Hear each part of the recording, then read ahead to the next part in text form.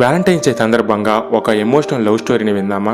ఒక విలేజ్లో కృష్ణ మరియు రాధ అనే ప్రేమికులు ఉండేవాళ్ళు. వీళ్ళిద్దరికీ ఒకరంటే ఒకరికి ప్రాణం. ఇలా ఒకరోజు కృష్ణ రాధతో నేను పని మీద సిటీకి వెళ్తాను, 1 నెల తర్వాతే తిరిగి వస్తానని చెప్పి వెళ్ళిపోతాడు. ఇలా ఒకరోజు రాధ వంట చేసుకుంటూ ఉండగా అగ్ని ప్రమాదం ఏర్పడి తన మొహం కాలిపోయి అందమంతా పోతుంది. ఈ మొహంతో కృష్ణ తనని పెళ్లి చేసుకోవడని బాధపడుతూనే ఉంటుంది. ఇలా 1 నెల తర్వాత కృష్ణ తన విలేజ్కి వస్తాడు. కానీ కృష్ణకి సిటీలో ఒక యాక్సిడెంట్ జరిగిందని, ఆ యాక్సిడెంట్తో తన 2 కళ్ళు పోయాయని రాధాకి తెలుస్తుంది. కళ్ళు లేకపోతే తన కృష్ణ జీవితాన్ని ముందుకు నడపలేడని కష్టంగా ఉన్న రాధా కృష్ణని పెళ్లి చేసుకుంటుంది. ఆ తర్వాత వీళ్ళిద్దరూ ఒకరికి ఒకరు సహాయం చేసుకుంటూ తమ జీవితాన్ని సంతోషంగా గడుపుతూ వచ్చారు. రాధా చాలాసార్లు కృష్ణకి తన అందం పోయిన విషయం చెప్పేద్దాం అని అనుకుంటుంది.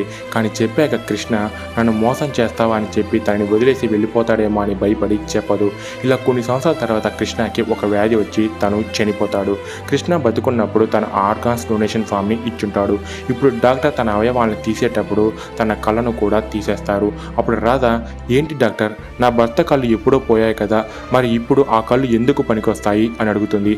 అప్పుడు డాక్టర్, ఏంటి మేడం మీరు చెప్పేది, మీ హస్బెండ్కి కళ్ళు పోవడం ఏంటి, తనకి ఈ రోజుటి వరకు కళ్ళు కనిపిస్తాయి అని చెప్తారు.